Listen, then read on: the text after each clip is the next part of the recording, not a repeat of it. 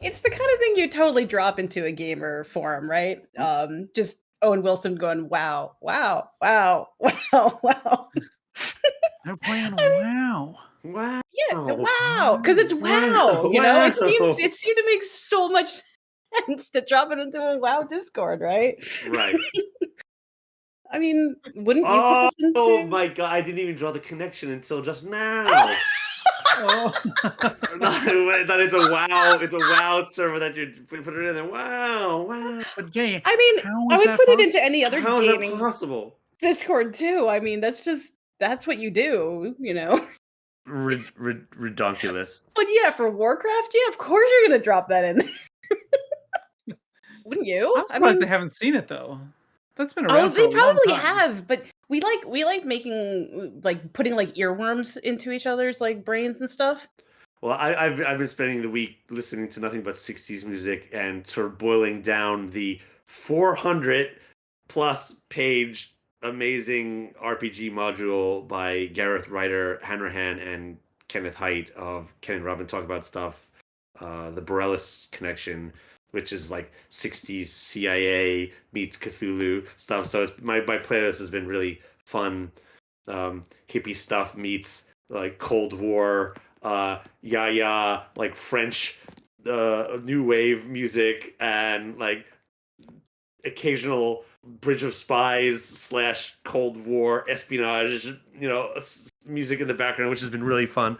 Because I always got to read these modules like 3 or 4 times before I even get like confident enough to like run it, because you have to know the whole sweeping story and conspiracy like backwards and forwards before you even begin, so you can like kind of like plant little seeds here, and then it can be like adapted to your own personal table. So that's been really fun.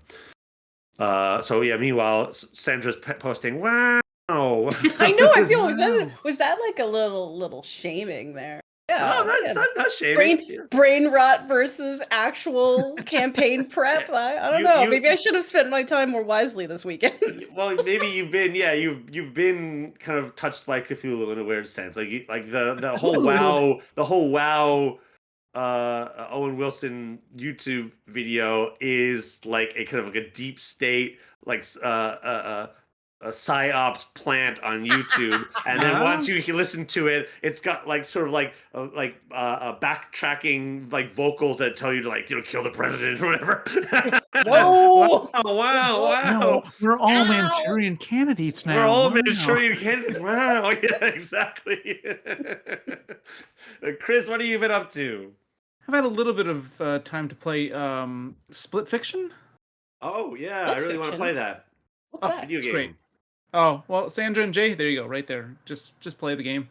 It's so much fun. Okay. Yeah, it's only out on Windows and PlayStation 5 and a few other Steam. places. You can always do Steam. But Steam, but I need it. I'm on a Mac. It's only on Windows, I think. Womp womp. It's by the developers who did like It Takes Two, which is another great Oh. kind of couch co-op game. But it's all about writers.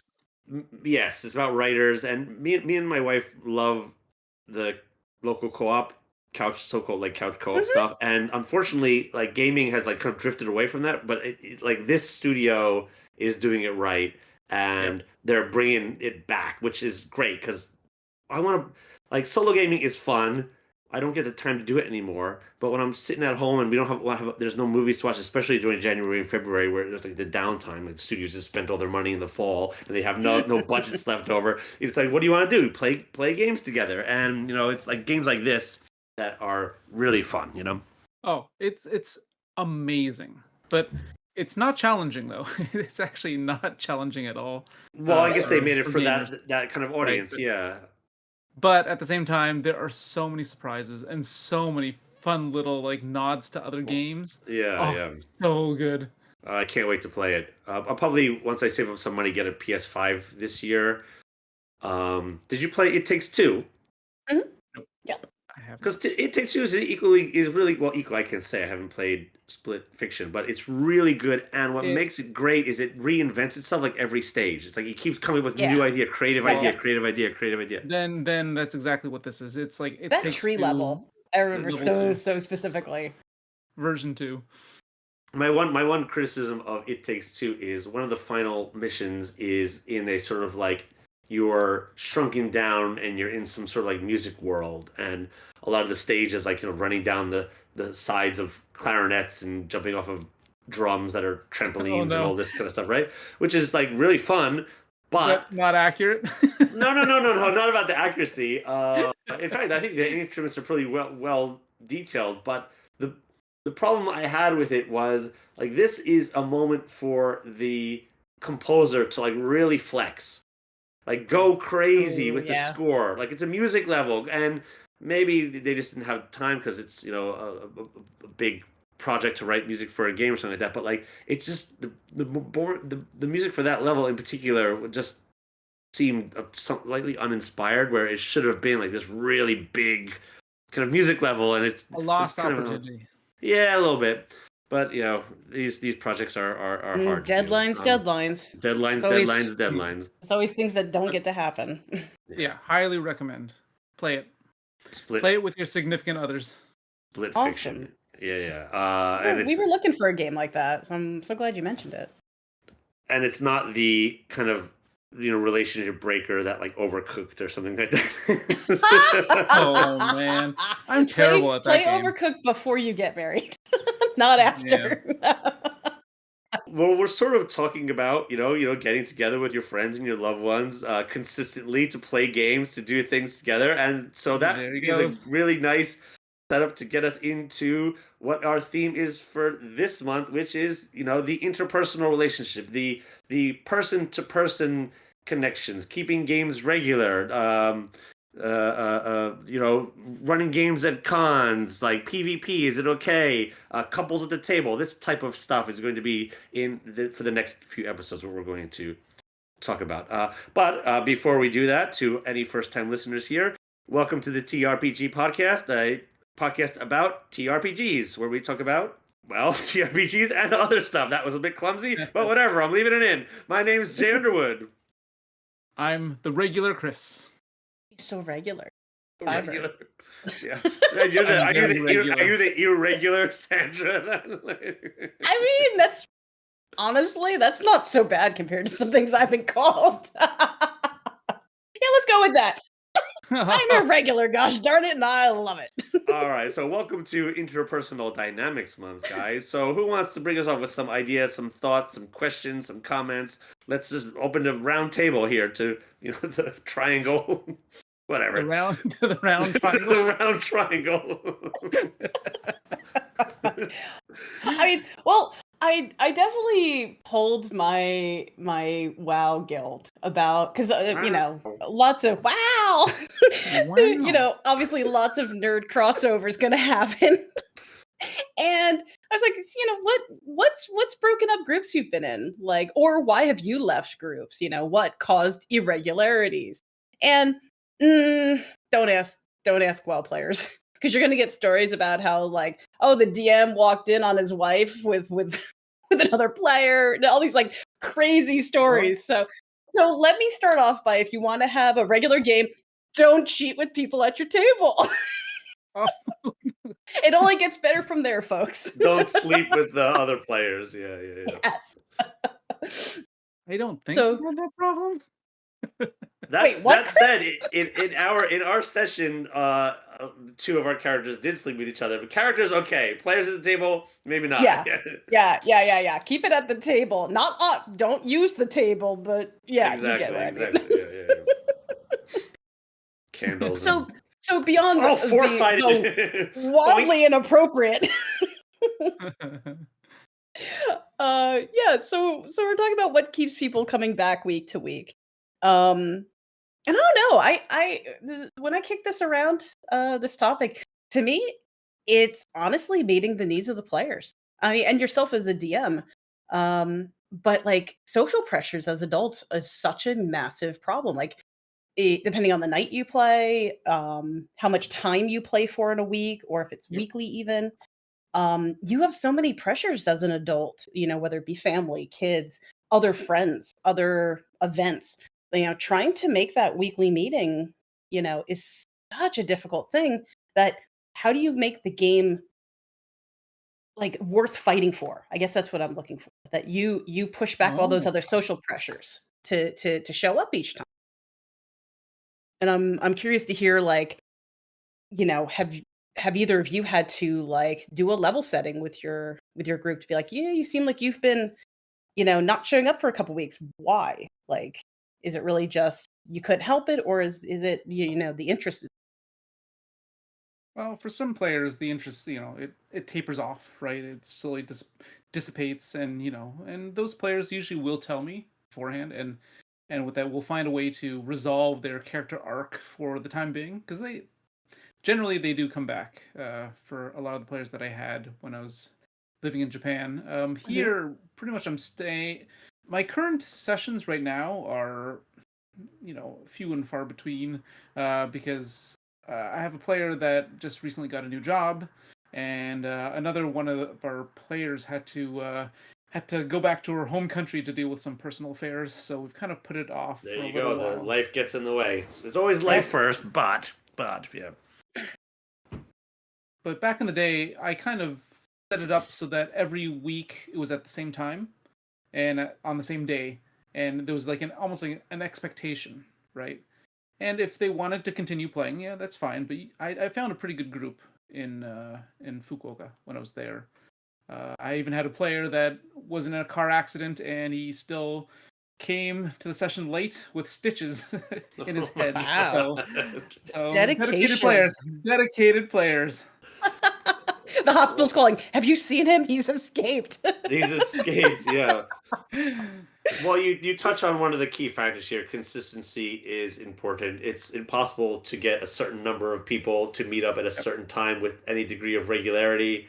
So having, well, one, just being consistent as a kind of benchmark. Start there, and then if people start to kind of like drop off or have things where they can't attend, like what we do, like run one-off sessions in the meantime, just like Yep. everyone can be there Mhm. for the game night. It doesn't have to be the game that is like the ongoing campaign if you're running one, but it can jump over to a board game, have something, just have like that communal, like social event planned at a certain time and a certain date. And if that's regular, then that could become something of a like a tradition within your friend group or something like that. So I think that's really kind of the essential need one, and then from there you work out all the details, right? To address the And question that you first brought yeah, up, sorry. Sandra, is that like what do you do to do that? Well, I'm not. I don't think it's possible for one person to do it. It's sort of like how the conversation goes. Like what we do here, we're very loosely kind of formatted podcast, or when we're sort of talking about a topic, we kind of like we jump in here, we jump in there. When you're out with a group of friends at a pub doing whatever, like the conversation is going to flow naturally. And if you kind of liked how that flow was, you go hang out with the people more again the second time, Mhm. right? So it's sort of like it's like the communal dynamic of everyone getting together and kind of talking about like-minded things, and also being open to what other people say. Like if somebody wants to say, oh, I'd like to play in a more kind of gritty horror scenario, and I'd like to be more of a kind of light sort of Marvel scenario or something like that, then being open to all those possibilities will keep people coming back to the table potentially. Listen to your players and try to try to read them. I do also sometimes ask, well, after almost every session, like, oh, are there things that you liked and things you didn't like? And they can private message me that if they want to as well, if they don't want to say it in front of everyone. I've heard also you should maybe do that like a day or two later, and you'll get an even better result. Uh, but Hmm. uh, but yeah, like cater to the players' needs, right? If you give them a lot of give them a lot of story and a lot of things that they like, of course, if they're connected to your world, they'll keep on coming back week after week. If they can still find like a reason to do it, right? It feels like Yeah. there should be a balance though, because at least like from my perspective as being like a guild leader since I don't know 2005 now, geez, that's a long time. Um, we figured out really early on that trying to meet everybody's needs is disaster.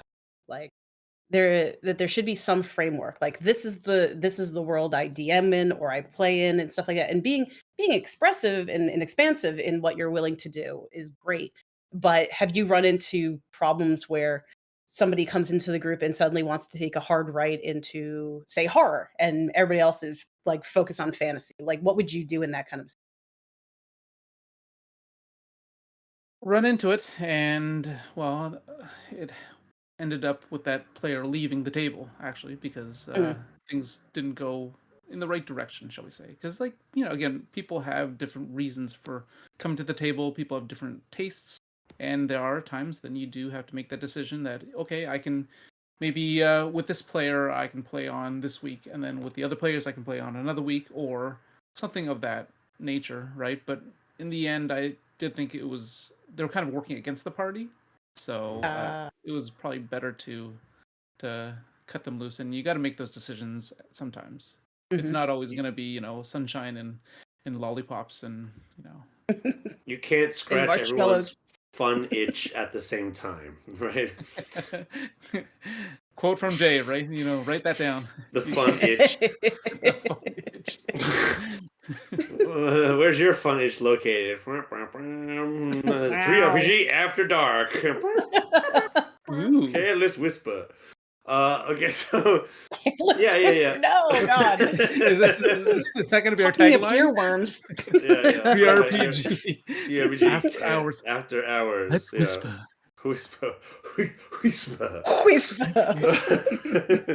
What are you talking about? Why am I talking like this? So I'm sort of, I guess I'm in between. Maybe I'm more like, you don't want to be adversarial as a GM handler, whatever you want to call it, with your group, like, and certainly not antagonistic above the table. Like, in the scenario, you definitely want to be. That's the whole kind of point, in a weird way. But like, I am your enemy. You can't sort of please everyone all the time, and it's probably that's what made a lot of movies come out of Hollywood recently terrible, because they're trying to please everyone all the time. They're not just telling a story, like, have a story in mind, let the players kind of be the drivers of that story in a sense, and adapt as you move along, but also try to, if the setting is right for it, give them either their glorious and bloody death, or go down guns shooting, or a cool hero moment where they could single-handedly take out this super badass villain, and like have those little moments sporadically through it, to again help that player scratch their fun itch. Oh boy, I think I found the episode title there, the fun itch. The fun itch. Wow, the fun itch. I wore fun itch. Never mind. Ping pong. No, don't answer it. No. Lock the doors. We should have given the warning that Jay's a little wild today. A little wild today. So yeah, consistency, keeping with everyone's sort of like maintaining the fun. Important. Anything else? Just that you raise a really important part about like being too rigid as well. That was something that I got from my polling as well, is the showing up to a session where the DM is just so like iron-fisted about the story that, like, if you did want to go sort of on a little side tangent and explore something, they're like, no, you're going like this way. Like, I think that was the quickest killer of a group scenario that I heard from others, was just, wow, okay, we're here to live your story, and we're just like NPCs basically.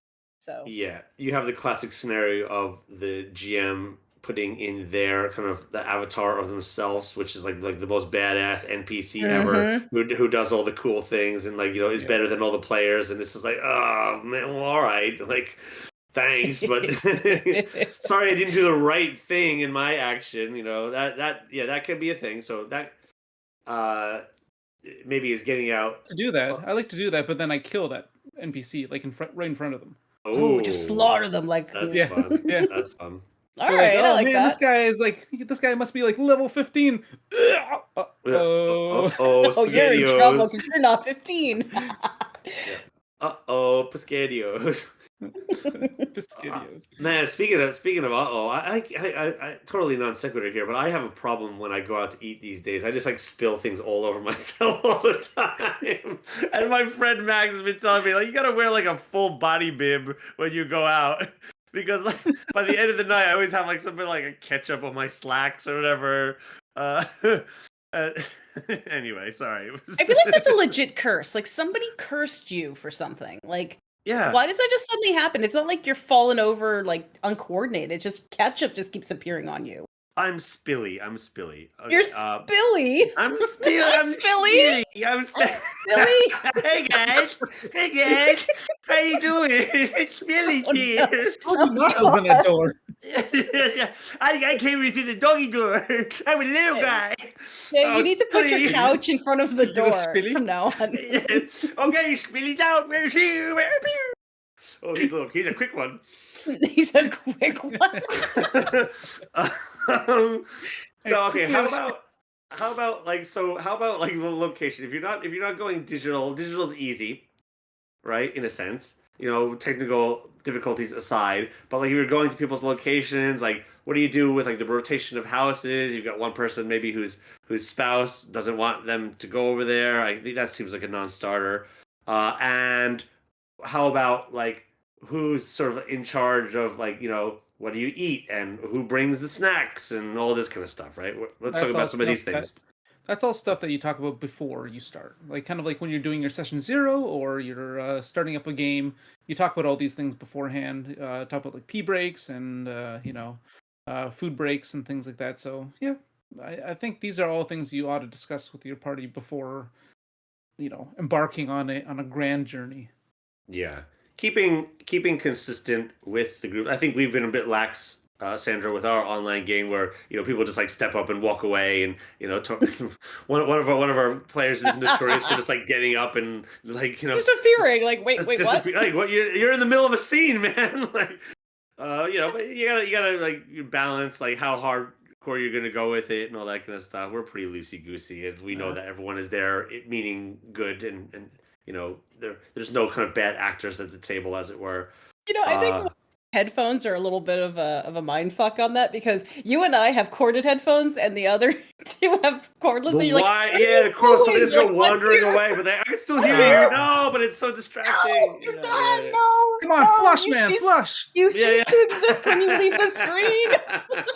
Well, thank goodness they're not like going to the toilet. I think I'm probably the most notorious one for that. I'll mute myself and pee in the sink or whatever. But well, at least I'll raise up the dishes. Okay,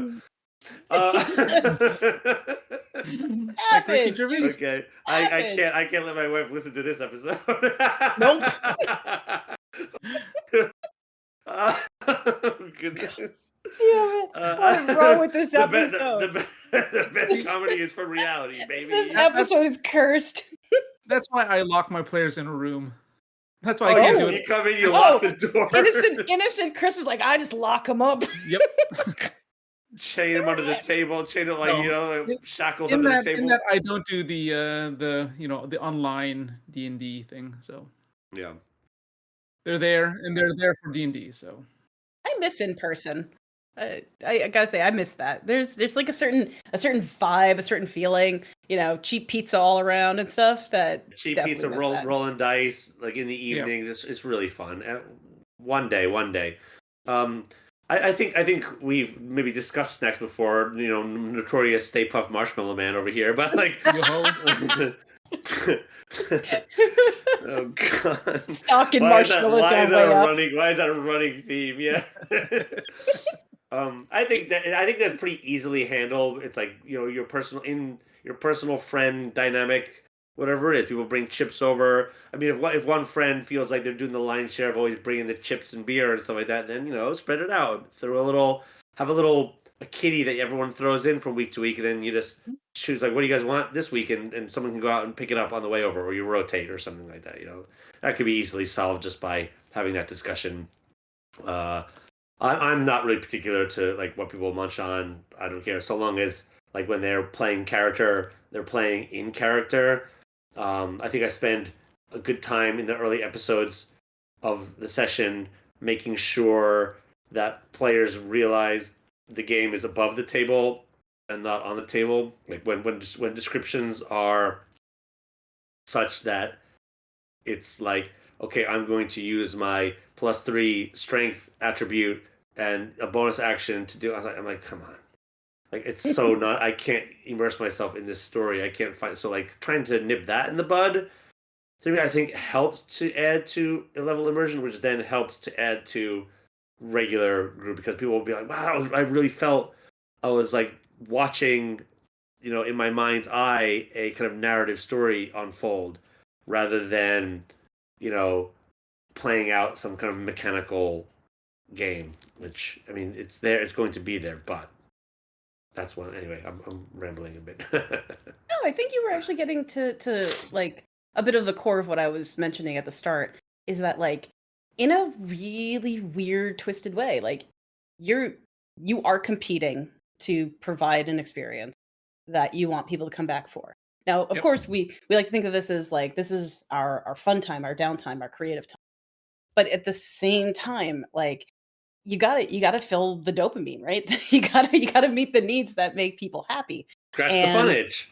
yeah, yeah, and if it is like a very mechanics role-based kind of fun, well, mm, that's gonna Okay. be a different play style, right? So it comes down to But play style, I think. there are people that enjoy that though. Exactly. And there And are groups not that bashing enjoy on that, that. right? Fair So, enough. like, my group, we do have a little bit more mechanics, seeing as I do have a lot of new players now as well, so they're kind of learning the game. And Hmm. as we go on week by week, they're getting faster at it, right? So, I Right. can start to pick up the pace with that, right? But yeah, I do understand.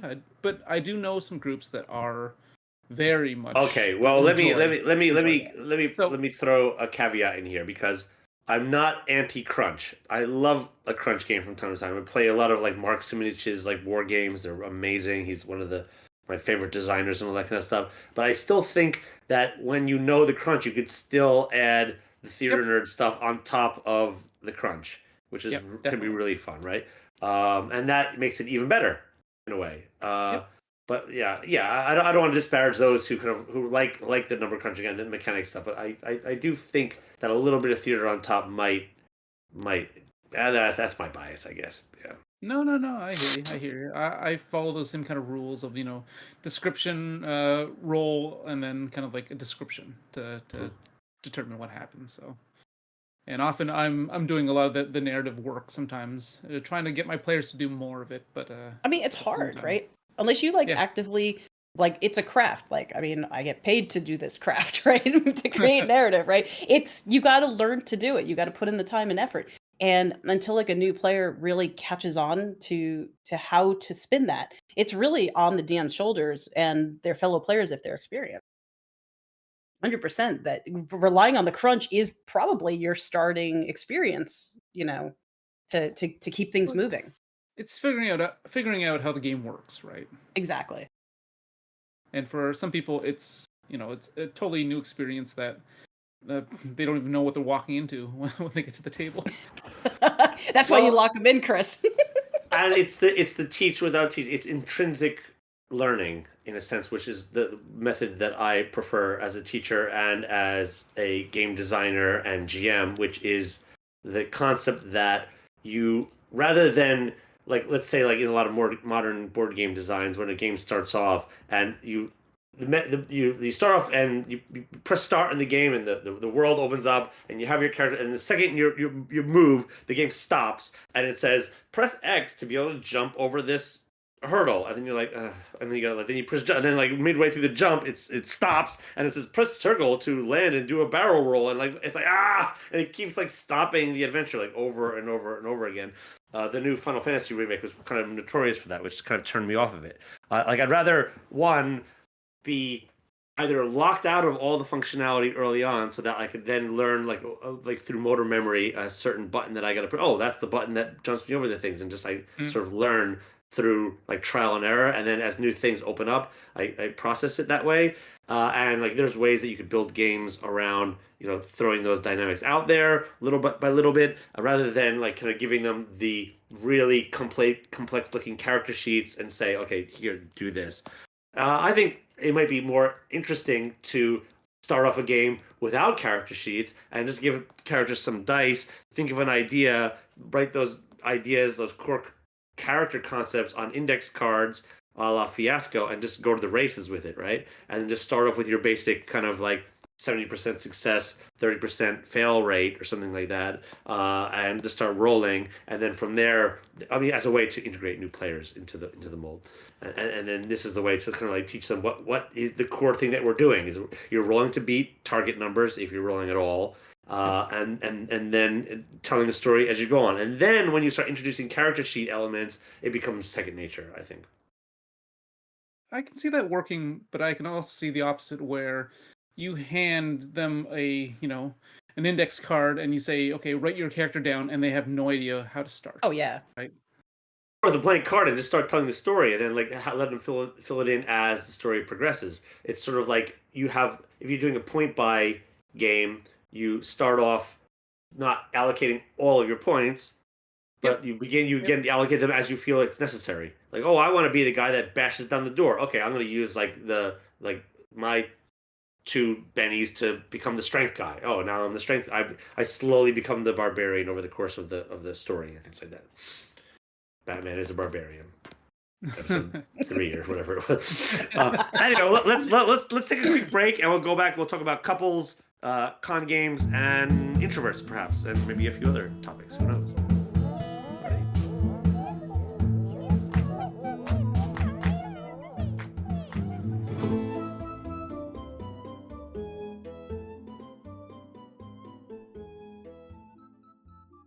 This episode of 3RPG Podcast is brought to you by... The world is a dangerous place, full of wizards, warlocks, sorcerers, and spirits watching you through crystal balls and vision ponds. If you're tired of this, Obscuraweave is a thing you need. Obscuraweave is a luxurious fabric, far more comfortable than your average tunic. Choose from a range of colors. It comes in red, black, purple, and gold. 2 meters of Obscuraweave 2 meters of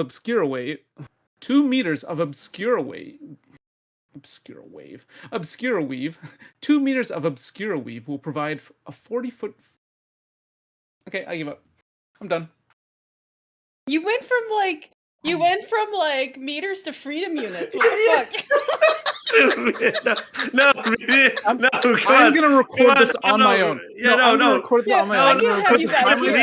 Read it slow. Wait, this is amazing. Read it slow. Go. 2 meters of Obscuraweave, 30 feet in diameter. Yeah, okay. Plunging action. Okay. Jeez, oh my god. I practiced this so much. It's ridiculous. Come on. This is so fun. This is fucking great content right here. The reason is because you're in the bathroom. We gotta take you to the bathroom. Read it slow. Okay. Read it slow. See, now even when I start, you got the You're cursing. It's brilliant. I love it. 2 meters. Okay. All right. 2 meters of Obscuraweave will provide a 40-foot radius of protection from all scrying spells, prying eyes, and eavesdropping. Hand it to a weaver and make a cape, cloak, or pajamas out of your glorious semi-soft peace of mind. Non-detection? Well, you need to recast that every 8 hours or less without the use of meta magic. But with Obscuraweave, we got you covered. And we don't judge. For lawful good to chaotic evil, Obscuraweave is for all alignments. Here are a few of our satisfied customers. Hey Joe, hey! I used to use Obscuraweave, competitor brand that wasn't as good, and I could see through all the naked ladies on the other side of the shower curtain. Yeah, but now I use Obscuraweave, and I can't see shit. Wait, is it a good thing or a bad thing? Obscuraweave prevents people from seeing. Why would you want Obscuraweave? You wouldn't want it. It prevents you from seeing people through the shower. It's like that opening scene of Police Academy. It's like, what the fuck? He's the hero. Hey, I don't know what I'm talking about. Okay, see you later, guys. Bye, Phil. Other happy customers include politicians, Yeah. people on probation. Me and my little brother, we live in a small little room with my parents, but they love to get it on every night, and we didn't like to see all that kind of abuse, so we used Obscuraweave, and now we can only hear it, and we don't gotta see it anymore. Oh my god, you are not using No. that. But also, it's supposed to be for magical scrying. Not just a dividing curtain in your room. Yeah, I mentioned it. It's for scrying spells. Oh my god. Oh my god. I bet you had no idea, Chris, that this is where this was going. No, not at all. No, This it was was supposed to be a clean read. an innocent product. It's a clean read. Innocent. That's right. Exactly. Now I could jerk off in public again.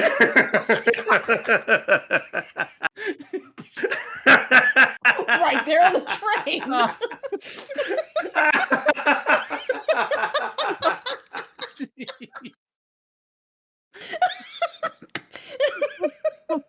Oh my god.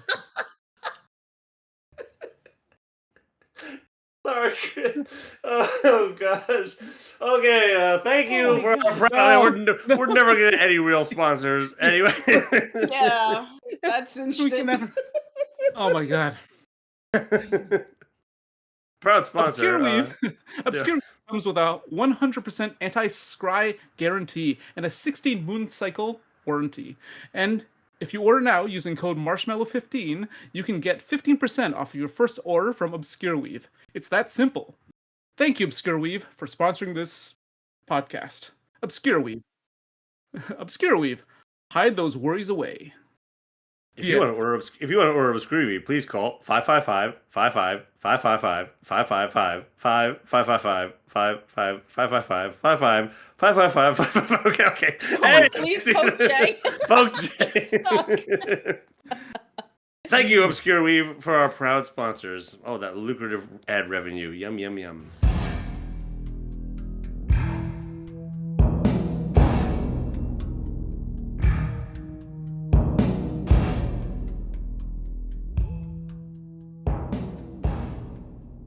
And we're back, ladies and gentlemen. Wow, these sponsors are getting really interesting these days. So For the full version, please go to our Patreon. Yeah. Yeah. Yeah. For sure. Or don't. It's totally not going in the episode. So Oh god. we're back to talk about couples at the table, like romance above the table. As opposed to below the table, like a little footsie. Okay. Here, we need a secret meeting. Come down here. Couples, introverts, and con games. Where do you guys stand on these situations? I mean, past the obvious, like communicate ahead of time, session 0, et cetera, et cetera, et cetera. I think this is more of a like you need to be a proper like goalkeeper. You need to be like kind of really on the heartbeat of what's going on here when you're dealing with couples or I don't know why I'm really homing in on that. Yeah, like So I hinted to that wild story at the beginning of the session from my my poll. I have absolutely heard about like other sessions where somebody brought a girlfriend in or a boyfriend or couples ganging up on other players. Weird like metagaming, I guess would be the right term for it. Where instead of acting as a cohesive team, they acted like them against the party. And I guess have you had any other experiences with couples just not generally being a good fit for the game? Lucky for me, I've not had that experience, though I've read on like GM horror stories of situations in which even the GM would be kind of trying to get off their fetishistic needs on the other players, okay, and that's crazy That's gross. awful. Has no place at any table, whatever. How about you, Chris? Well, I do game with my partner, and it's funny because she enjoys the same things that I enjoy. So she does like very deep amounts of lore, and she knows the system as well as I do because she also DM'd at some point. So Oh, that's often when I'm playing with her, it makes life easier. Actually, she's also like because she's also a DM, she's aware of like when there's when I've planned something and when I haven't. So she'll often pull on threads that maybe other players didn't pick up on. oh, that's I nice. So also she's kind of supportive of the story, like moving indeed, forward. indeed. So it works out in that way, right? And often I will refer to her notes instead of my notes because I take really bad notes during the session. So it has benefited our table, I believe. But I've also DM'd for a lot of couples as well. Like in fact, my current game has a pair, but in the game, Sorry, sorry. just Okay, the giggles my today. my current my current game has a couple in it, and they don't act like a couple within the session. I think that's something that we established beforehand. That Hmm. it's you're not it's not a competitive game. You're all working together. That's one thing we established very early, that it's a team sport, not a sparring match. So And and would you like intentionally try to steer a narrative away from something that would put them in a bad position to either like you have to help your spouse or this other person at the table, and you can only choose one way. Like if there's a situation like that, do you try to manufacture it away from that kind of a conflict, or you just see what they always do? I always randomize things. So when like a creature's like gonna focus on someone, unless there's a real reason for that creature to like focus directly on someone, I will roll a d6, or depending on how many players are around the table, and I'll have them attack whoever's there. So Yeah, I agree with that. I try to avoid, purposely targeting or not targeting, you know, my partner. I'll certainly do it if it's a like a creature of a low intelligence level that just randomly attacks the nearest like food source or something like that. But if it's an intelligent creature, I would try to think that they'd make the opportune choice based on what they might know. Yeah, Randomizing it yeah. oftentimes is the best thing for it. I think you make a lot of good points with the ideas of couples. Yeah, I mean it could really work. There's power dynamics that shift a little bit, but everyone's here to tell a good story, and that's what you sort of want. Um, I like it when I, as a GM, feel that it's important to just set up an environment in which the players can then explore. And if there's another GM who is playing at my table as a player, that's always really great because then they can kind of help to kind of usher along the other Yeah. players and kind of by understanding what's sort of expected, and by having asking questions in character rather Yeah. than a player having to be like, oh, well, can I use my investigation ability to do that? Rather than just saying like, oh, I look around for clues of what may have happened here or something like that, right? There's such a subtle little like linguistic shift that has to happen to make it really immersive and really sort of get that sort of that mind palace uh, growing in your like the visual imagery growing in your mind. That like another GM at the table might help. Couple or I can otherwise. certainly see like the pitfalls, but also there are benefits as well, Hmm. right? And How about in my case, it's a benefit. But yeah, I've heard my share of stories that have gone, totally pear shaped. how about care to tell us a story? Oh no, most of them are just like, like you Reddit Reddit posts and things Oh like that. right, yeah. So, The you No, know, GM horror stories and stuff. Yeah. I can throw in one that seems to be semi-common. Is that and it kind of goes back to our earlier topic of keeping games regular, is that sometimes you'll have conflicts where one person wants to play weekly and their spouse has other ideas. So the idea is naturally, I'm going to bring my spouse into the game and then no more conflict, right? But the spouse isn't necessarily as committed or interested or mm, experienced or any list of things, right? So I'm curious about, since that it seems somewhat of a common occurrence, again in my polling, that what could you do as a DM to make them feel more welcome, or to bring them up to speed, or to try to, you know, because they typically tend to be new players. And there's a lot of like a weird intimidating thing. They'll lean on the spouse to tell them everything, to bring them, get rid of the anxieties. And I'm being like kind of blunt in this, but I feel like it's something that should be discussed. That you play long enough, you might run into this situation where that unfortunate spouse gets brought in and knows like so little. And how Well, do you yeah, alleviate that anxiety? I know exactly what you're talking about, and it comes a part and parcel with part of what I do as an English teacher when I'm teaching small groups of students, where one will inevitably be a little bit better at speaking the L2 than others, Yeah. and so they will tend to kind of quarterback through a lesson, and Mm.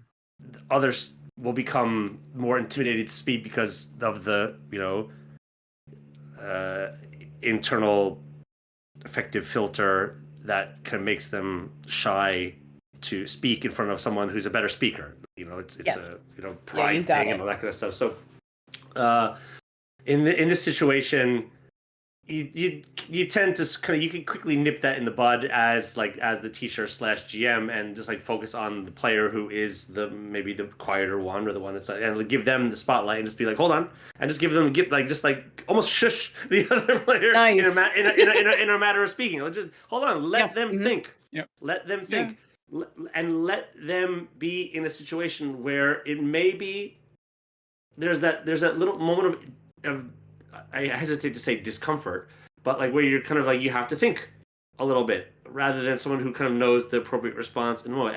And if they can think, then they'll come up with something.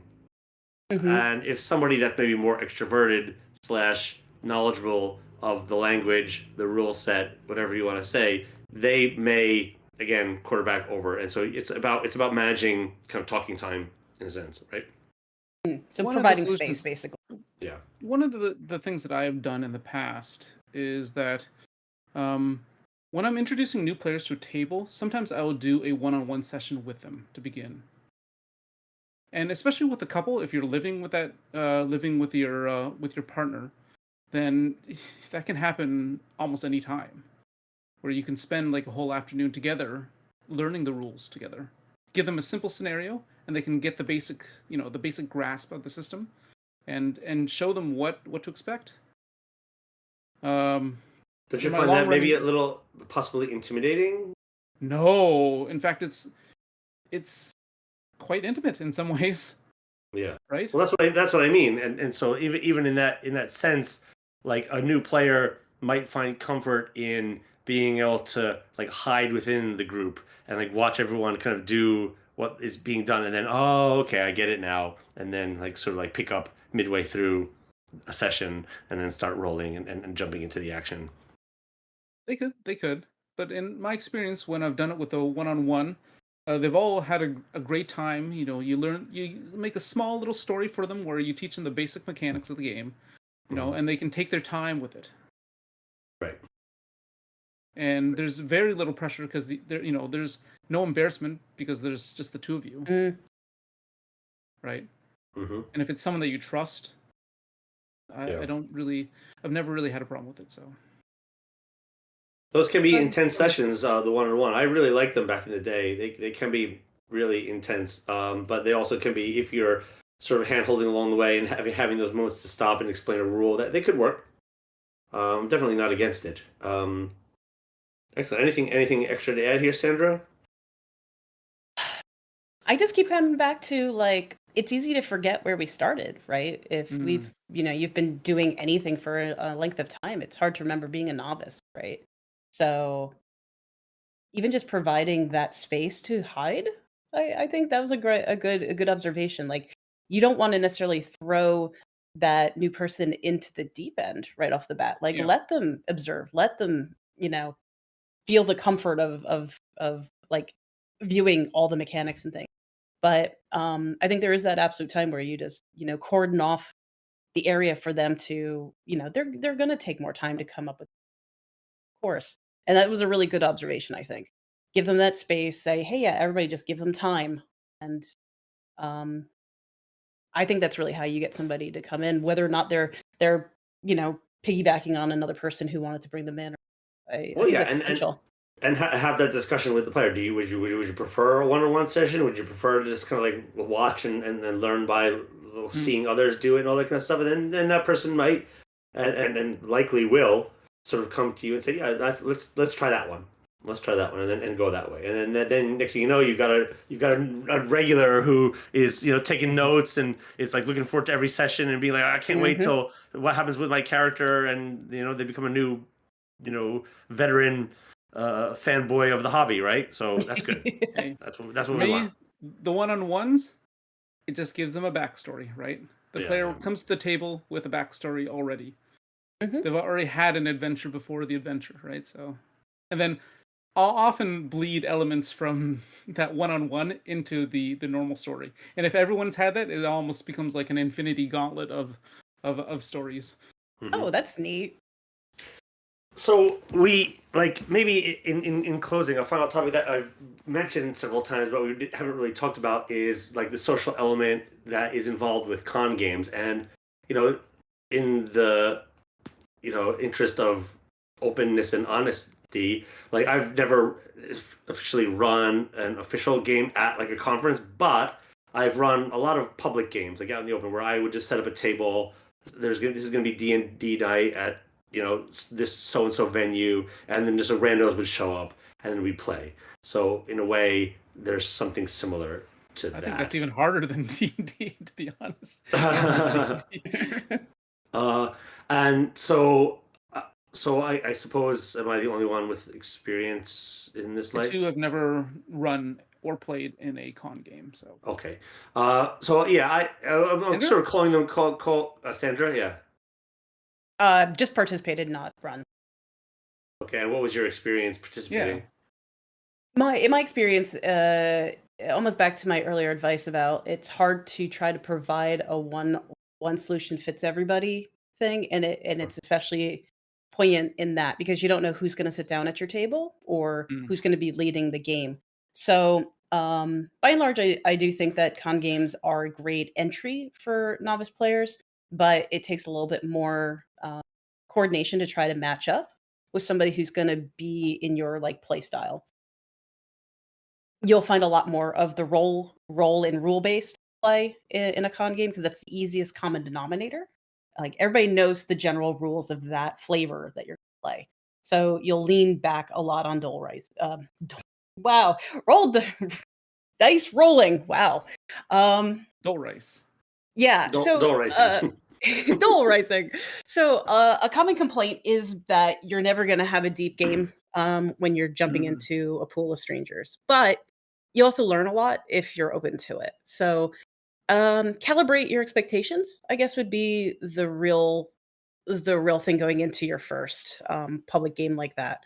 But I find it fascinating to see different play styles in kind of a rapid you'll never Yeah. have run into these people otherwise, usually. Um, I highly recommend it, but you gotta be careful that your own experiences don't dictate what you're expecting. That's a biggie. Mm. Public gaming. Excuse me. Yeah, public gaming, and that's probably what we should have been calling it from like a Mm, public session.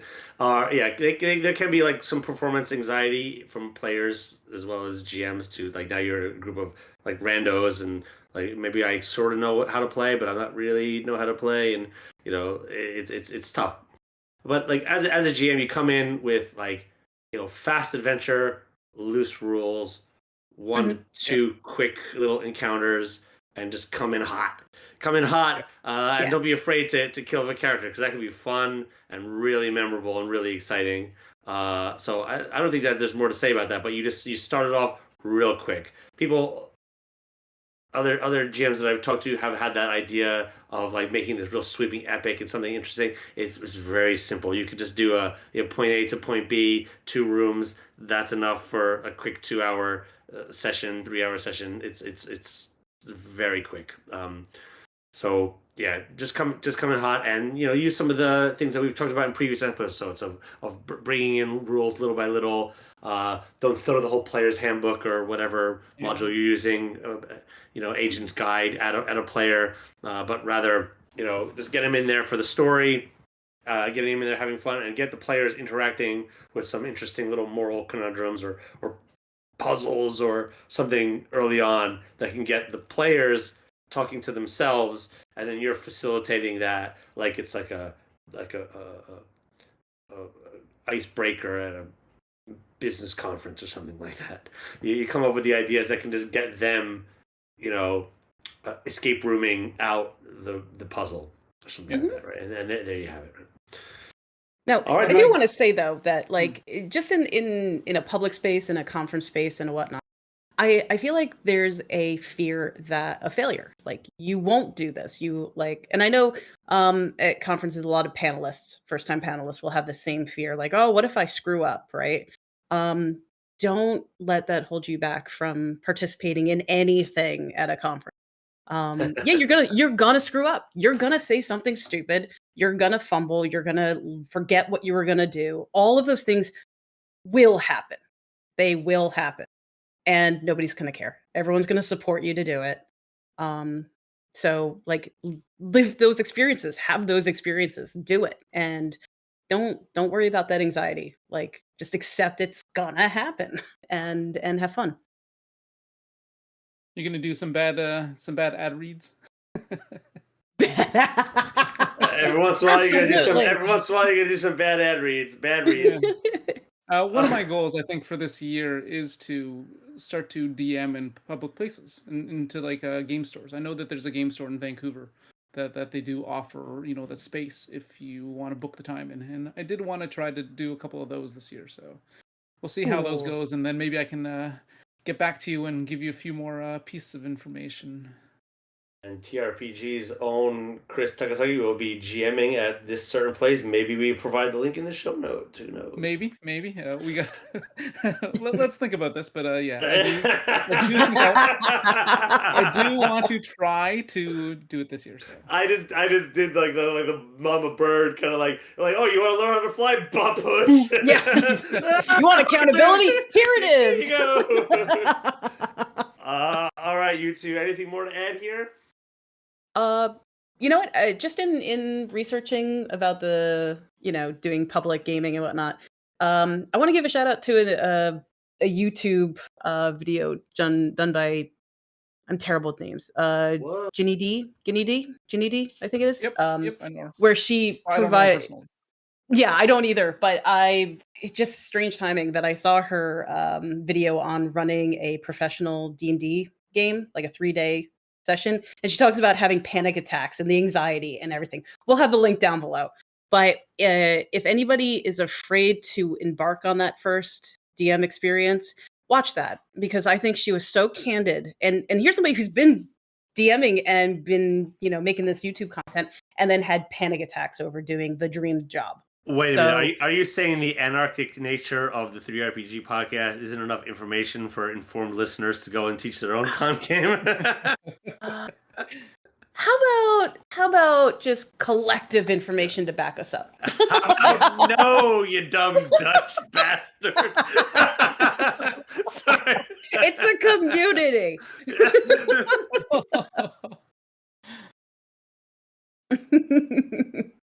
Watch the video. Watch the video. Watch the video. It should make you should be able to relate to a lot of those same feelings. And it's far more polished than ours. Yeah. Hey. You haven't even seen the video. How do you know? I've seen right. the video. Fair enough. Yeah. I've seen the video. Chris is good at comparing. We offer an entertaining service here to gamers worldwide.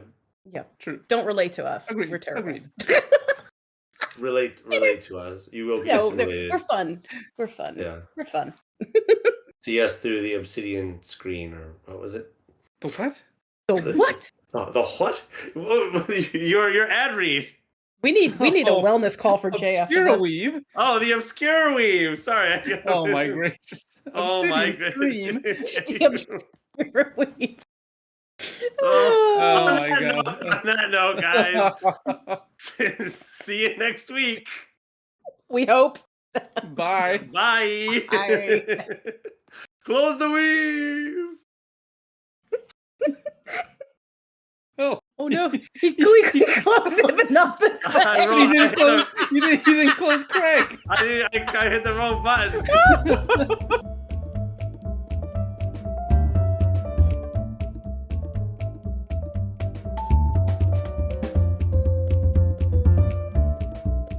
The 3RPG podcast is produced and performed by Sandra Rosner, Chris Takasaki, and Jay Underwood.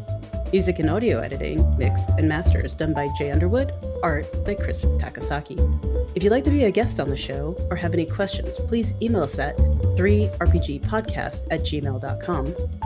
If you'd like to support the 3RPG podcast, please visit our Patreon or visit our website at www.3rpg.com. That is THREERPG.com.